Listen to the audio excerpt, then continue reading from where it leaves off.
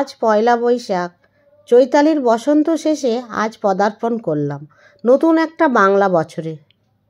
Hello, welcome to Ayesha's home kitchen. স্বাগত জানাই আমার সমস্ত ইউটিউবের পরিবার দর্শককে। আজ 1431 বঙ্গাব্দ। আমরা আবার একটা নতুন বছরকে নিয়ে এগিয়ে চলব। যদিও এখন দৈনন্দিন জীবনে আমাদের বাংলার ক্যালেন্ডার অনেকটাই অবাঞ্ছিত বা অনভিপ্রেত। দিনক্ষণের হিসাবে আমরা বাংলা ক্যালেন্ডার হিসাবে চলি না, তবু বাঙালির কাছে পয়লা বৈশাখের একটা আলাদা গুরুত্ব আছে, সেটা সত্যি অপরিসীম। আসলে এই সময়ে বৈশাখের সাথে আমাদের বিশ্বকবির খুব অঙ্গাঙ্গিভাবে জড়িত। 25শে বৈশাখ তার জন্মদিন। তার সৃষ্টি, কবিতা, রচনা সব কিছুর মধ্যেই কোথাও যেন আমাদের একটা বাঙালিয়ানার আঙ্গিক আমরা খুঁজে পাই, যে আঙ্গিকে আমাদের বাঙালিয়ানা কোথাও না কোথাও জড়িত। বাংলা ভাষায় যেমন আমরা কথা বলি, ঠিক তেমন কবিগুরু আমাদের জীবনে বড্ড বেশি প্রাসঙ্গিক। বিশ্বকবি যেমন আমাদের জীবনের মাঝে অনেক কিছু সম্ভার এনে দিয়েছেন, কবিতা, কাব্য, নভেল, ঠিক তেমনি আমরা সেখানে দেখি প্রত্যেকটা গল্প, কাব্য, নভেলে এক একটা নারীর উপস্থিতি। কখনো সে কাদম্বরী, কখনো সে চিত্রাঙ্গদা, বা কখনো সে আবার বিভূষিতা।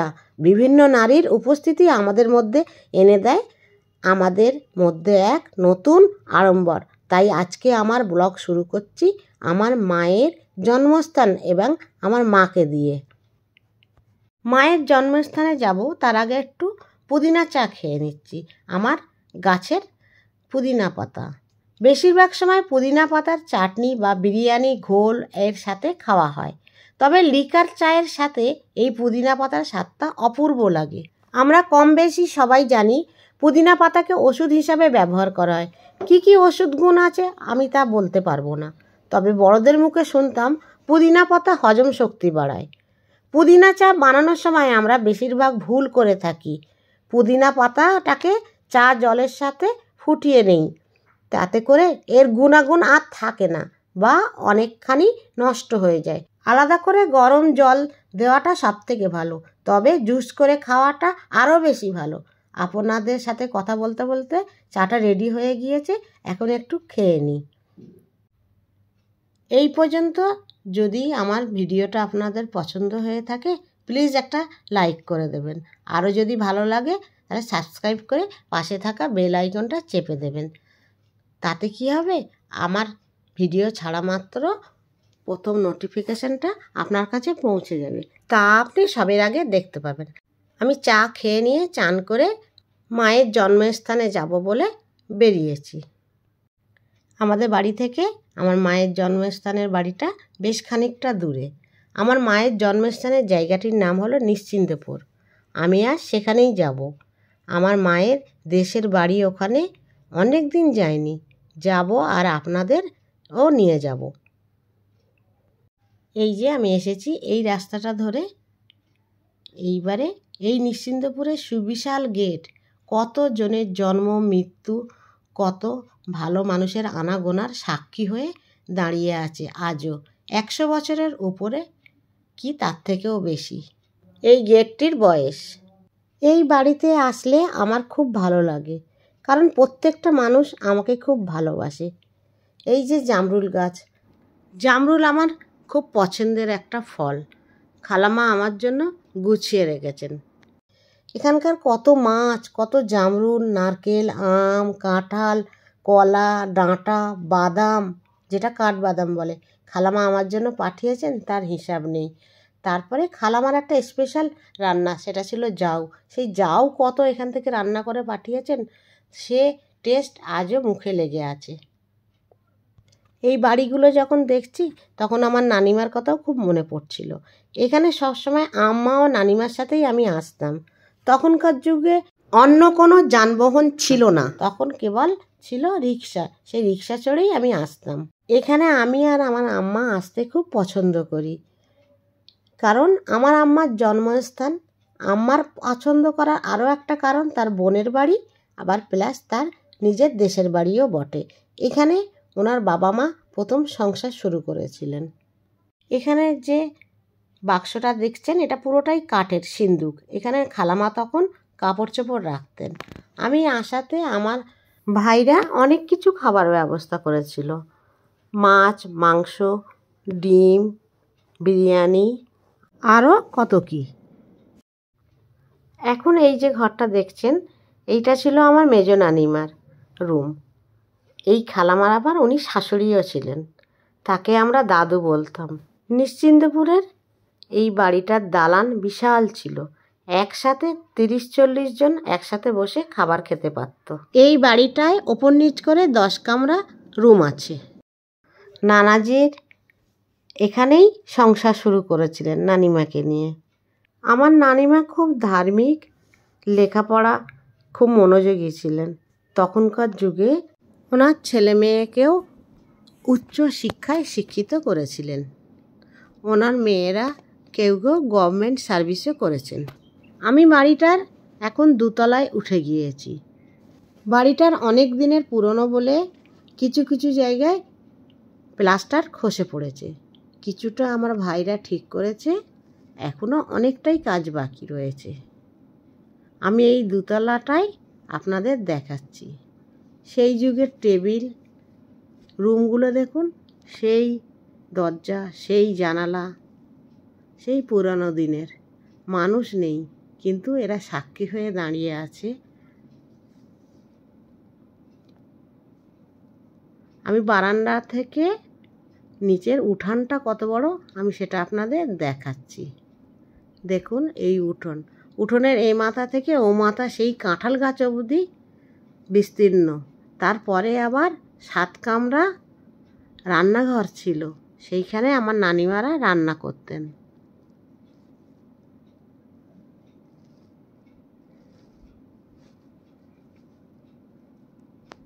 এখন আমি এই বাড়িটার ছাদে যাচ্ছি। এই দেখুন জল বাড়ানোর ব্যবস্থা, আর সেই ইট, সেই প্লাস্টার। তখনকার যুগে মনে হয় ছাদ হতো না, জানেন, কড়ি কাঠের আর ইট দিয়ে কেমন একটা ঢালাই করা ছিল। কত উঁচু দেখুন। আবার ওপরে আলো প্রবেশের জন্য একটা জানালাও ছিল। সেই অনেক আগের দরজাটা এখনো আছে। এখন নিশ্চিন্তপুরের এই বাড়িটার আমি ছাদে উঠে গিয়েছি। তখনকার যুগে এই বাড়িটাই মোটামুটি উঁচু ছিল। এইখান থেকে রেল লাইন দেখা যেত, রেল লাইনটা বেশ খানিকটা দূরে, তবুও এই বাড়িটা থেকে দেখা যেত। এই যে গাছের ফাঁকে ফাঁকে যে পুকুরটা দেখা যাচ্ছে, সেইটা হলো আমার নানাজিদের খিড়কির পুকুর। এখানে মেয়েরা গোসল করতেন। আবার বাড়িতে ঢোকার মুখেই সামনেই যে পুকুরটা, ওই যে আপনার ঘাস মতো মাঠ মতো দেখতে পাচ্ছেন, ওইটা হলো সামনের দিকের পুকুর, ওখানে ছেলেরা গোসল করতেন। এই বাড়িটা অনেকখানি জায়গা জমি নিয়ে অবস্থিত, কতটা আমি ঠিক জানি না। এই বাড়ির দেওয়ালগুলো আমার নানাজিদের হাতে তৈরি, তাই আমি একটু হাত বুলিয়ে নিচ্ছি আর ওনাদের জন্য দোয়া করছি।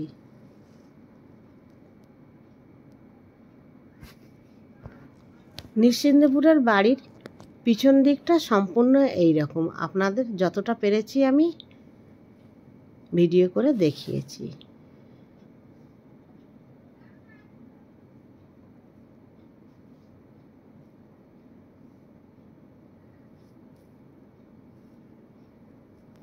ওই দূরে যে বাঁশবাগান আর তার সংলগ্ন কিছুটা বাড়ি দেখতে পাচ্ছেন আকাশি রঙের, আর সেই নীল মাথার ওপর জলের ট্যাঙ্ক, ওই বাড়িটা হলো আমার ছোট নানাজির ছেলের।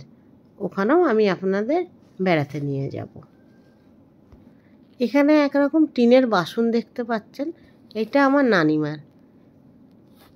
আমার খালামা সযত্নে তা তুলে রেখেছেন। এই বাড়িটা আমি না দেখাতেই পারতাম। আমার আম্মা এখন যে বাড়িতে থাকেন সেই বাড়িটা দেখিয়েই আপনাদের কাছে আমি বিদায় নিতে পারতাম।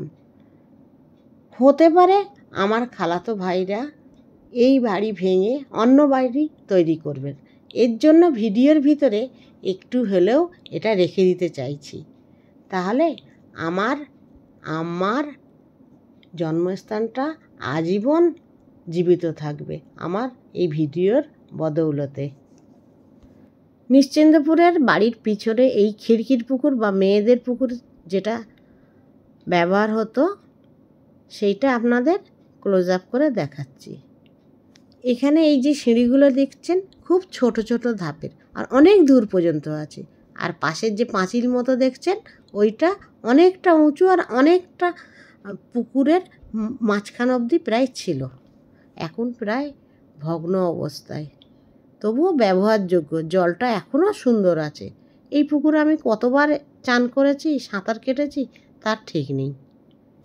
এখানে যে পুকুরের পাড়েই কাঠের জড়ো করা অংশটা দেখছেন, এইখানে ছিল বিশাল বিশাল দুটো জামরুল গাছ। তার একটু পরেই ছিল একটা বড় বাথরুম, তারপরেই ছিল একটা কাঠবাদাম গাছ। সে যে কী বিশাল! আর যদি ছবিটা তুলে রাখতাম খুব ভালো হতো। এই যে কাঁঠাল গাছ আমাদের উঠানের একদম এই পাশে, আমার নানিমাদের রান্নাঘরের সামনে। সেই রান্নাঘরটা অবশ্য এখন আর নেই, ভেঙে গিয়েছে আপনা থেকেই। কাঁঠাল গাছগুলো দেখুন এখনও কাঁঠাল দিয়ে যাচ্ছে। এই যে মাঠ মতো দেখছেন, এইটাই ছিল আমার নানাজিদের সামনের পুকুর। এই পুকুরটা ওই যে ওইখানটায় ঘাট ছিল, এখানেই ছেলেরা ব্যবহার করত।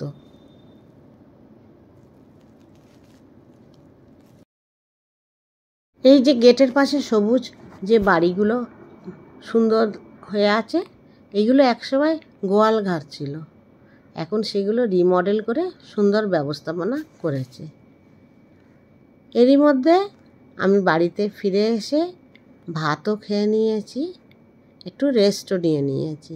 এরপরে আমি যাব আমার ছোটো নানাজিদের বাড়ি, সেইখানে আমার আরেকটা মামার সঙ্গে আপনাদের আলাপ করে দিচ্ছি, চলুন।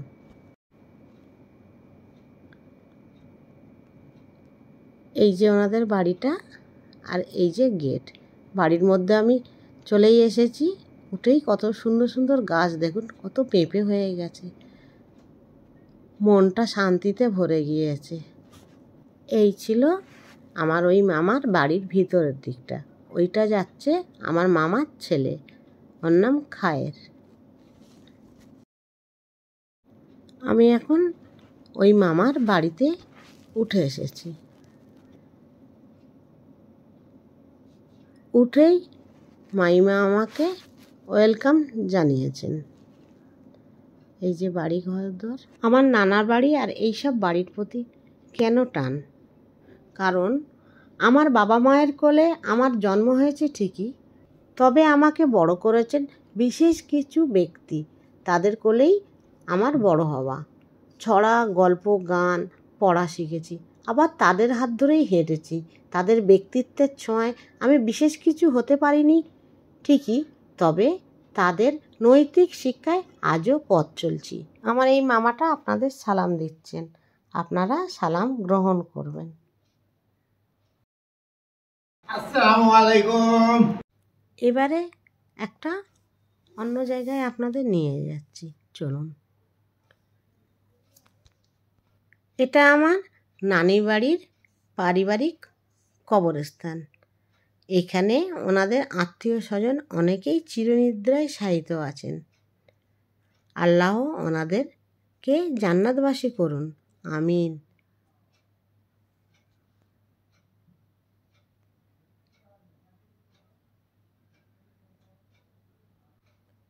এবারে আমি এইখান থেকে বেরিয়ে যাচ্ছি। এই যে দেখছেন একটা ঘাট, এটাও আমার নানাজিদের ছিল। একে ধোপার পুকুর বলতো, কেন বলতো আমার সঠিক জানা নেই। এখানে এখনও ঈদের আমেজ রয়েছে, দেখুন কত সুন্দর প্যান্ডেল খাটিয়ে রাখা আছে। এরপরে খালামাদের বাড়ি গিয়ে এসে খানিক রেস্ট নিয়েছি, রেস্ট নিয়ে বাড়ির উদ্দেশ্যে বেরিয়েছি।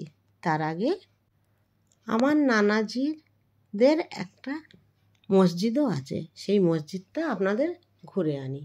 এই মসজিদটার সামনের দিকটা রাস্তার ধারে, আর মসজিদটার পাশে নানাজির আব্বার কবর দেওয়া আছে।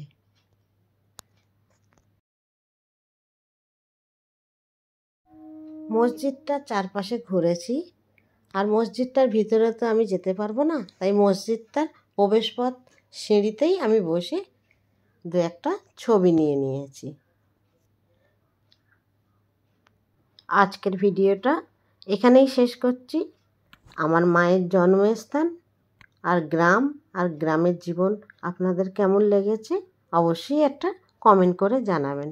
Thank you.